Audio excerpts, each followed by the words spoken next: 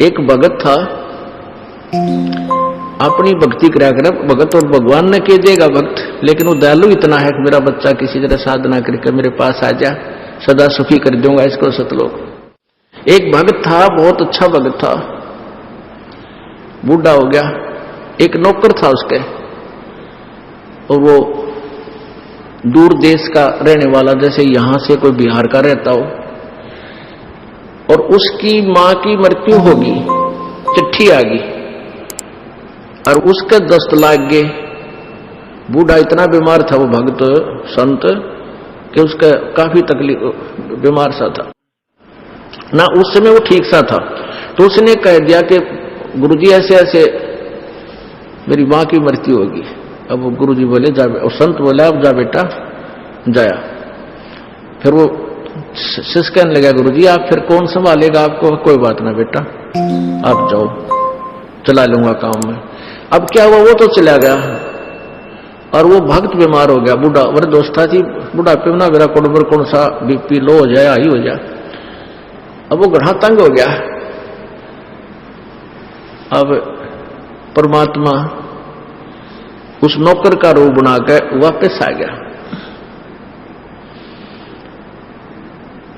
तो वो कहने लगा बेटा तू गया को नहीं? अग जी मेरा प्रेरणा हुई जब वापस चालू, लेट हो गया बेटा, कल जाऊंगा सुबह। अरे बाप की ये दशा देख ली, मत ना जाऊं, मां तो मर ली सो मर ली, मैं तो उसको जीवित नहीं कर सकता। आपका ज्ञान भी सुन रखा है और आप स्वस्थ हो लोगे जब जाऊंगा। 1 महीने तक वो बूढ़ा थोड़ा सा ठीक हुआ। इतना भगवान उस नौकर का रूप बनाकर उसकी टट्टी ठावे, उसके कपड़े धोए, रोटी पोवे और खूब नुहा धुआ के सुहावर नीचे धरती में सोए, जमीन में सोए संत के भगत के पास में। 1 महीने के बाद वो बच्चा आ गया। उसके आने से पहले भगवान खिसक गया, अका लिया, संभाल लेगा बुढ़े ने। वो लाया कुछ सामान वहां से अपने देश का, कुछ कोई फल लाया कुछ और कहने लगा ले महाराज जी ये हमारे देश का यो फल है। मेरी जो ना चाची राम राम कह थी आपने, मेरा पिताजी ने कह था, मेरा भाई यूं कह रहा था। वो बुढ़ा उसके मुंह का न देखा है। अगर तू क्या बोल रहा है बेटा, मेरा समझ में नहीं आई तेरी बात, ये कौन है, कहां से ले आया तू ये? बोला जी मैं अपने घर गया था ना, मेरी मां मर गई, वह बीमार होगी तो 1 हफ्ते से बीमार थी, ऐसे ऐसे तकलीफ थी और वह मृत्यु होगी। कोई बात ना, वह तो वृद्ध हो रही थी, मेरे चाचा ने बोला और फला।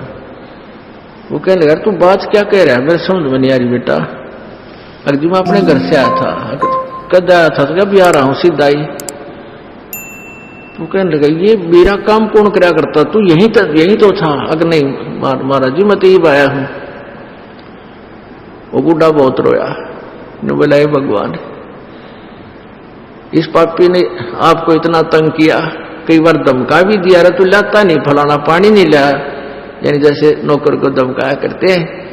तो पुण्यात्मा ये सत्कर मान लेना, ये कोई बालका की कथा नहीं है कि दंत कथा नहीं है, सत्य की सच कहानी है। पर इस योग्य आप हो जाइए। भगवान आपके नौकर कहते जो जन मेरी शरण है ताका हूं मैं दास। दास नौकर को कहते हैं, गुलाम को कहते हैं।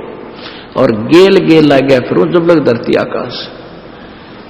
आप योग्य ऐसे बनोगे, ज्ञान से, भक्ति से, नम्रता आवेगी, पूरी समर्पण मालिक को हो जाओगे, फिर देखना किस तरह हाथों पर रखता है मालिक आपको। फिर कहते हैं असंख्य जन्म तन मरत्या हो गए, जीवित क्यों ना मरे रे। और दूसरा डेफिनेशन है जीवित मरने की, शराब मांस तमाकू ये प्रयोग नहीं करनी। मन तो चाहे गुटी ला लूं, फिर इसने समझा दे बक्कल उतर जाएगा, मुश्किल तो सूत माई है बात क्या की गुटी ला ले, फिर कुत्ता बनकर गंदी नाली का पानी पिया करेगा। और फिर बताते हैं कि जैसे इस जीवित मरने का है, जैसे कोई लड़की की शादी करता है, बाजे बजाओ डीजे बेगनता है, कालने तो बकवादा का मतलब है।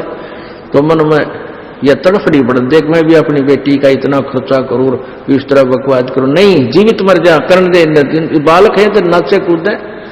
और यहां पर एक मिनट में के बिजली गिर जा,